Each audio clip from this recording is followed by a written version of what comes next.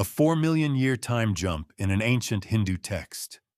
What if the wildest plots of science fiction, journeys that last moments for a traveler but centuries for the world they left behind, weren't invented in the 20th century? What if that core idea, time dilation, was recorded thousands of years ago in an ancient Hindu text? This isn't a what if. It's a story from the Srimad Bhagavatam. It's about a great king and his daughter who travel to a divine realm to ask the creator god for advice. They arrive and have to wait for a musical performance to end, a wait that feels like maybe 20 minutes. But when they get back to Earth, everything is gone. Their kingdom, their civilization, their friends and family, all dust. Because during that short concert, over 100 million years had passed. This is the mind-boggling story of a king who experienced a time jump that makes modern fiction look tame. It's a story that forces you to question what our ancestors really knew about the fabric of time and space. How did they come up with a concept that sounds so much like something Albert Einstein would describe thousands of years later? To figure that out, we have to journey back into one of humanity's most fascinating spiritual traditions. The golden age of a great king. The story is set in a legendary time called the Satya Yuga, the Age of Truth. In this era, humanity was said to be at its spiritual and physical peak, noble, virtuous, and even gigantic in stature. Ruling over the glorious kingdom of Kusasthali was the mighty king Kakudmi. Kakudmi was the model king, wise, just, and his people were prosperous and peaceful. But the king's most prized treasure was his daughter, Princess Revati. The scriptures describe her as divinely beautiful, brilliant, and virtuous. And as she came of age, her perfection created a huge problem. No man on earth seemed good enough for her. The king searched far and wide, considering every prince and hero. But he found a flaw in every single one. Revati was so accomplished, so perfect, that any mortal husband felt like a compromise. How could he find a match for a daughter who seemed to be without equal? Realizing the answer couldn't be found in his own world, or even his own time, King Kakudmi made a bold decision. He would travel to the highest plane of existence, the home of the Creator himself, Lord Brahma, and ask for divine guidance, the journey to a higher realm. The trip to Brahmaloka, the realm of Brahma, wasn't about getting in a spaceship. It was a spiritual journey, a transcendence of dimensions.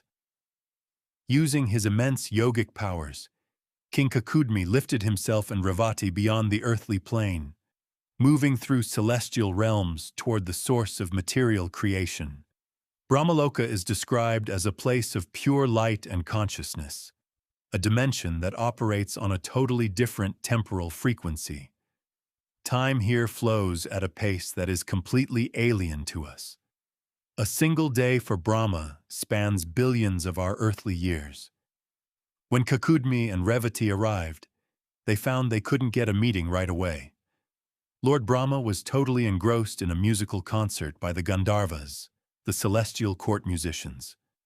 Their music was said to be so perfect that interrupting it would be a cosmic offense. So, the king and his daughter waited patiently. They stood in Brahma's court, listening to the heavenly melodies. For them, it felt like a short, pleasant interlude, a performance that lasted, in their perception, about as long as a short concert. They stood there, holding a list of potential husbands, waiting for a few minutes to ask their urgent question, with no idea that every note of that song was an epoch on earth. Entire civilizations were rising, falling, and turning to dust while they just stood there waiting. The audience with the Creator. When the final note faded, Lord Brahma T earned his gaze to his visitors, He smiled warmly at King Kakudmi and Revati. With a deep bow, the king approached, holding his list of candidates. "Lord of creation," he said, "I have a father's dilemma. My daughter Revati is perfect, and I can't find a worthy husband for her in my time. I beg you, in your infinite wisdom, tell me who on this list is her destiny." Brahma took the list, glanced at it, and let out a great booming laugh. It wasn't a laugh of mockery, but of profound cosmic irony. King Kakudmi was stunned, completely confused by the creator's reaction. "My dear Kakudmi," Brahma said gently, "the men you have listed, they are all long dead." The king just stared, not understanding. "What do you mean, my lord? These are the greatest men of my era." This is when Brahma delivered the soul-crushing news. He explained that time flows at different rates in different realms. "That short musical performance you waded through," he said, "during that time on your world, 27 Chatur Yugas have passed." Let's break that down. A Chatur Yuga is a full cycle of 4 ages in Hindu cosmology, lasting 4.32 million human years. Kakudmi and Revati had waded through 27 of these cycles. In the time it took them to listen to a few songs, more than 116 million years had passed on Earth. Brahma continued, "All the men on your list, their sons, their grandsons, and all their civilizations have crumbled to dust and been forgotten. The very name of your kingdom is no longer known. You and your daughter have outlived your entire world by an unimaginable span of time." The weight of those words was crushing. In a few moments, they had lost everyone and everything they had ever known. They were adrift in time, relics of a world that was gone. They were completely and utterly alone. The shocking return. The silence in Brahma's court was deafening as the shock gave way to a deep, heartbreaking sorrow. They were cosmic castaways. Seeing their despair, Lord Brahma offered them a sliver of hope. "Do not despair," he advised. "Providence has a plan. When you return to Earth, the world will be in a new age, the Dvapara Yuga. The Preserver, Lord Vishnu, has incarnated there. His elder brother, Balarama, is a man of immense power and virtue. He is the husband destined for your daughter." Brahma also told the king that after the marriage, his own duties would be finished, and he should retire to the mountains to leave his mortal body. Clinging to this new destiny, the father and daughter made their way back to Earth. As they re-entered the terrestrial world, the shock was immediate. This was their planet, but it wasn't their world. The very stars in the sky had shifted, but the most jarring change was humanity itself. The scriptures say that in their time, people were spiritually potent and physically large. Now the human race had dwindled in stature, reduced in vigor, and enfeebled in intellect. They were literal giants walking in a world of smaller men. They searched for their beloved kingdom of Kusasthali, only to find its name was lost. In its place stood a new city, Dvaraka, the capital of Lord Krishna and his brother Balarama. They were strangers in their own homeland, ghosts from a forgotten past.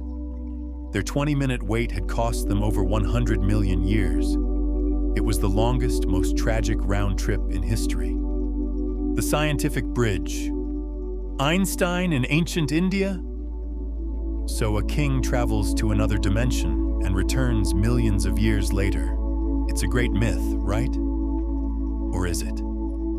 This is where the story gets really weird, because it aligns so closely with some of the most advanced physics of our time. This ancient narrative is a stunning illustration of what modern science calls time dilation. It wasn't until the early 20th century that Albert Einstein's theories of relativity completely changed how we see the universe. Before Einstein, Most of Western science thought time was absolute. A second was a second for everyone, everywhere. Einstein proved that's wrong. Time is relative.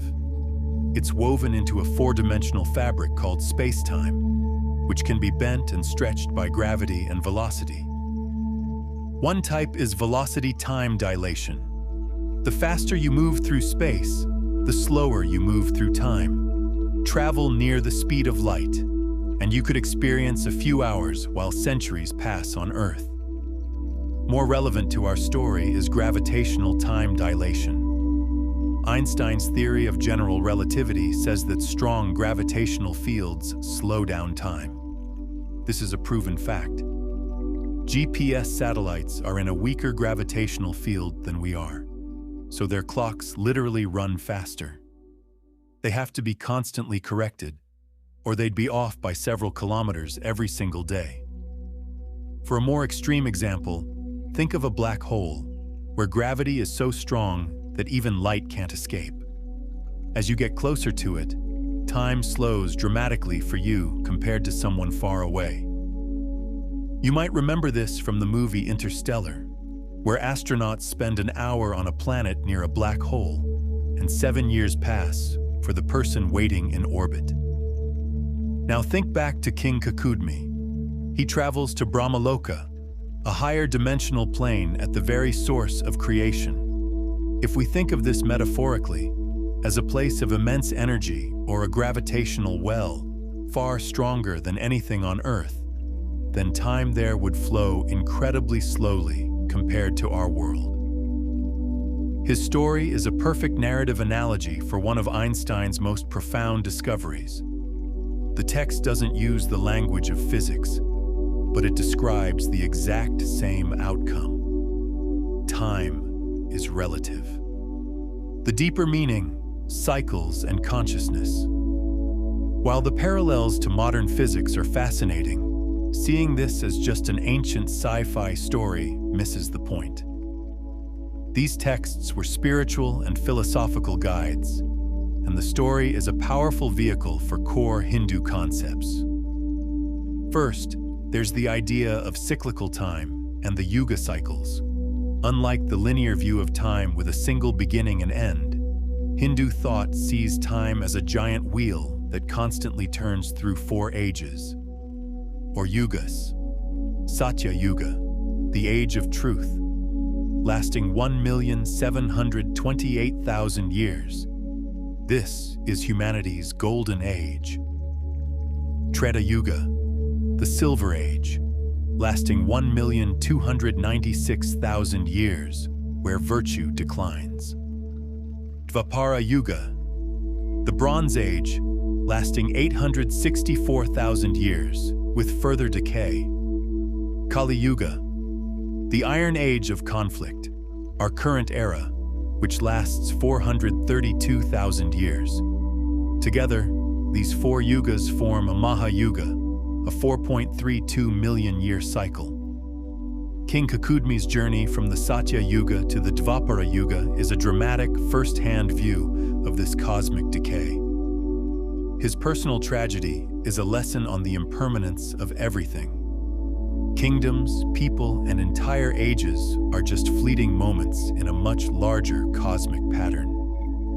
Major destructions, or pralaya, happen at even grander scales, like at the end of a kalpa, a day of Brahma, which lasts for 1,000 of these Mahayuga cycles, or 4.32 billion years. Secondly, the story teaches that our perception of time is relative to our consciousness. Time for a human on Earth is not the same as for celestial beings, and it's certainly not the same for Lord Brahma. That 4.32 billion year kalpa is just a single daytime for Brahma. Coincidentally, that number is remarkably close to the current scientific estimate for the age of the Earth. The story suggests that as consciousness expands, the experience of time itself changes. So while the scientific parallel is stunning, the story's real power is spiritual.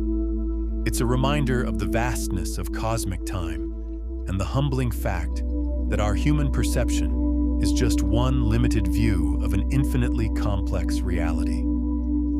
The story's ending is both strange and beautiful. Kakudmi and Revati find Lord Balarama. But there's one final bizarre problem. Revati, being from the ancient Satya Yuga, is a giant compared to Balarama. In a simple, almost casual display of divine power, Balarama takes his trademark weapon, a great plow, and gently taps Revati on the shoulder, and she instantly shrinks to the normal height for that era. They are married, and the princess who outlived her own world finds a new destiny. Her father, King Kakudmi, his duty finally complete, goes to the Himalayas and through meditation, peacefully leaves his body, his long journey finally over. The story of King Kakudmi is a powerful reminder that our ancient myths contain incredible layers of wisdom. It's a tale that serves as a fantastic allegory for the relativity of time, thousands of years before the theory had a scientific name. It's a philosophical lesson on impermanence set against a cosmic backdrop. And at its heart, it's a human story about loss, resilience, and finding your place in a world that has moved on without you. It challenges us to look at ancient texts not as primitive tales, but as sophisticated narratives packed with meaning, scientific, philosophical, and spiritual, that we are only now beginning to fully unpack. What are your thoughts? Is this a stunning coincidence, or is it evidence of some forgotten ancient knowledge? Let us know in the comments below.